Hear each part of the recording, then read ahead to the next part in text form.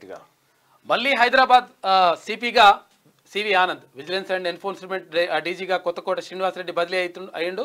ఇక అవినీతి నిరోధక శాఖ డీజీగా విజయ్ కుమార్ రాష్ట్ర ప్రభుత్వం ఉత్తర్వులు జారీ చేసింది.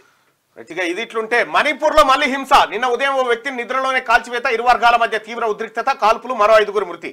సీఎం సహాయ నిధికి భారీ విరాళం 5 కోట్లు ఇచ్చిన వ్యాపారవేత్త చెక్కును సీఎంకు అందజేసిన రహేజా. అయితే ఈ శ్రీ చైతన్య నారాయణలో జరుగుతున్నటువంటి దోపిడీ ఏది, ఫీజులు ఎక్కువ ఉన్నాయి సార్ అని చెప్పి నా దగ్గరికి చాలా మంది వస్తూ ఉన్నారు.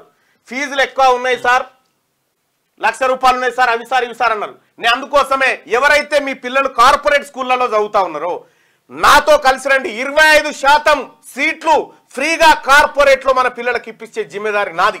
ఇక్కడ నేను అందుకోసం మీ అందరి కోసం వాట్సాప్ గ్రూప్ ని ఒకటి ఛానల్ ని క్రియేట్ చేసినాం. Right to education 2009 school fees దోపిడీపై సమరం. రైట్ టు ఎడ్యుకేషన్ యాక్ట్ ఏదైతే ఉందో దాన్ని ఇంప్లిమెంట్ చేయించడం కోసం కలిసి రండి. మీ పిల్లలకు లక్షల ఫీజులు కడతా ఉన్నారా, ప్రైవేట్ స్కూళ్ళలో కడతా ఉన్నారా, ఇందులో జైన్ గండి వాట్సాప్ గ్రూప్ లో. ఈ వాట్సాప్ గ్రూప్ ని క్లిక్ చేసి ఇందులో మీరు జైన్ గండి. ఓన్లీ దయచేసి నేను చెప్పేది ఒకటే సోదరులారా, నేను చెప్పేది ఒకటే, ఎవరైతే మీ పిల్లలు చదువుతా ఉన్నారో వాళ్ళే జైన్ గండి, ఇతరులు జైన్ కాకండి. మీ తమ్ముడో లేకపోతే మీ అన్న కొడుకో ఎవరో వాళ్ళు జైన్ గండి.